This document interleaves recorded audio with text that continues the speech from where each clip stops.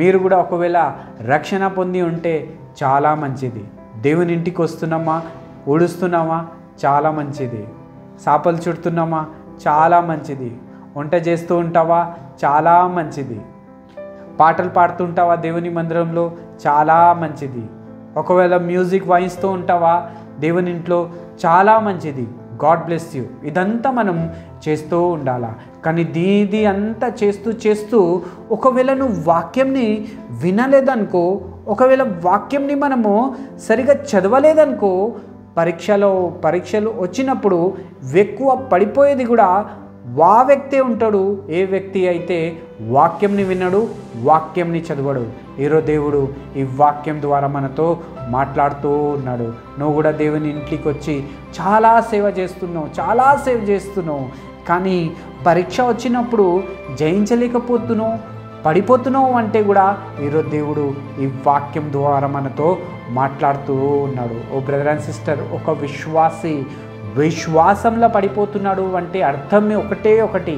ఎందుకంటే ఆయన పర్సనల్గా వాక్యం చదువుతలేడు, వాక్యం చెప్పినప్పుడు కూడా వాళ్ళు ధ్యానం పెడతలేరు. ఓ బ్రదర్ అండ్ సిస్టర్, ఒక విశ్వాసికి ఫిజికల్గా పని చేయాలంటే చాలా ఇష్టం ఉంటుంది, చాలా పని చేస్తూ ఉంటారు. కానీ అదే టైంలో ఆ విశ్వాసి కూర్చొని వాక్యం వినాలంటే అది చాలా కష్టమైన పని అది.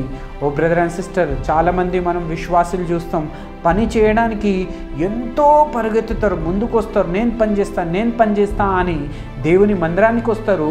కానీ వాక్యంని వినే టైంలో మాత్రము జాగ్రత్తగా ఉండరు. వాక్యంని వినే టైంలో వాళ్ళ చేతిలో ఏముంటుంది అంటే ఫోన్ ఉంటుందో, ఫోన్లో వాళ్ళు ఉంటారు, మెసేజ్ చేస్తుంటారు, లేకపోతే మెసేజ్ వాళ్ళకు వస్తూ ఉంటుంది. దీన్ని బట్టి ఏమవుతుంది అంటే వాక్యం చెప్పినప్పుడు ఏం వాక్యం చెప్తున్నారు వాళ్ళు వినలేకపోతారు. అందుకే పరీక్షలు వచ్చినప్పుడు పడిపోయేది కూడా ఆ వ్యక్తే.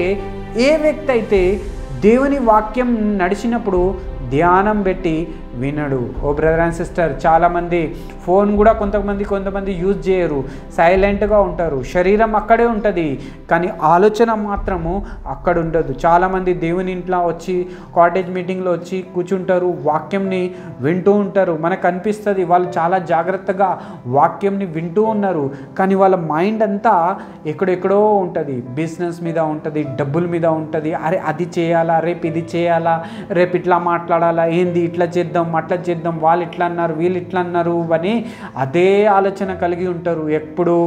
ఎప్పుడైతే ముఖ్యంగా వాక్యము నడుస్తూ ఉంటుంది, సేవకులు వాక్యం చెప్పినప్పుడు, ఓ బ్రదర్ అండ్ సిస్టర్, శరీరం అయితే ఎక్కడ అందరికీ కనిపించడానికి దేవుని మందిరంలో ఉంటుంది, దేవుని సన్నిధిలో ఉంటుంది, కానీ మైండ్ మాత్రం ఎక్కడెక్కడో ప్రపంచమంతా తిరుగుతూ ఉంటుంది.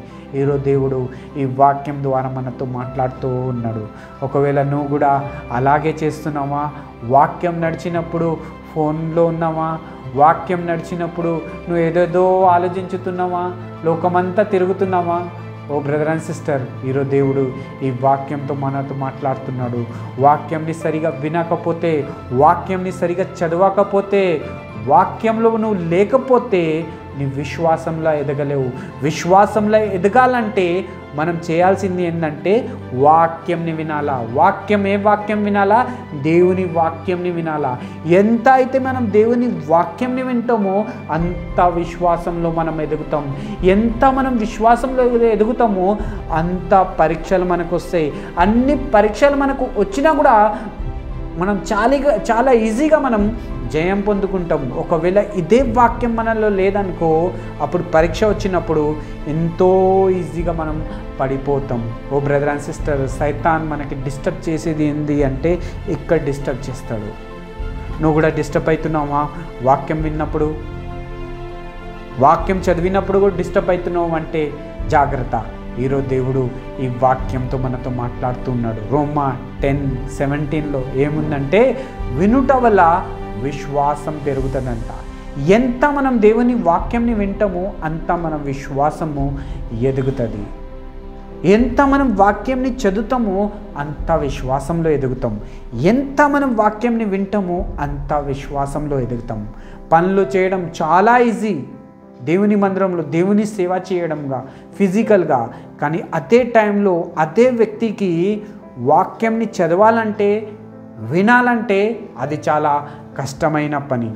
రండి మనం నేర్చుకుందాం. ప్రభువా నీ వాక్యం నడిచినప్పుడు నేను జాగ్రత్తగా వినాలా. రండి